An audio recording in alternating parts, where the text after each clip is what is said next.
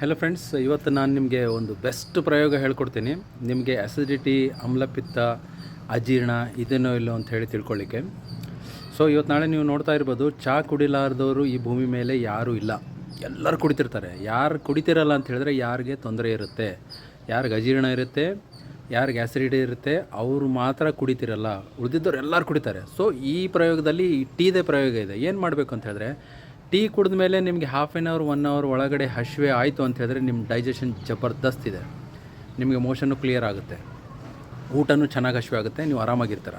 ಯಾರಿಗೆ half an hour 1 ಅವರ್ಗಳ ಒಳಗಡೆ ಹಸಿವೆ ಆಗಲ್ವೋ, ಯಾರು 2-3 ಗಂಟೆ ಆಗುತ್ತೆ, 4 ಗಂಟೆ ಆಗುತ್ತೆ ಹಸಿವೆ ಆಗಲಿಕ್ಕೆ ಅಂತ ಹೇಳಿದ್ರೆ ಅವ್ರಿಗೆ ಡೆಫಿನೆಟಾಗಿ ರೋಗ ಇದೆ ಫ್ರೆಂಡ್ಸ್. ವೇಟ್ ಮಾಡಿದ್ರೆ ಥೈರಾಯ್ಡ್, BP, ಬೇರೆ ಬೇರೆ ಬೇರೆ ರೋಗಗಳು ಬರ್ತವೆ. ಸೊ ಇನ್ನೊಂದು ಕೇಸ್ ಇದೆ ಇದರಲ್ಲಿ. ನೀವು ನನಗೆ ಫಾಲೋ ಮಾಡೋದು ಮರಿಬೇಡ್ರಿ. ನಾನು ಇದ್ರ ಬಗ್ಗೆ ನಿಮಗೆ ಮತ್ತೆ ಮಾಹಿತಿ ಕೊಡ್ತೀನಿ. ಸೊ ಯಾರ್ಯಾರಿಗೆ ಡೈಜೆಷನ್ ಚೆನ್ನಾಗಿದೆ ನನಗೆ ತಿಳಿಸೋದನ್ನು ಮರಿಬೇಡ್ರಿ. ಧನ್ಯವಾದಗಳು.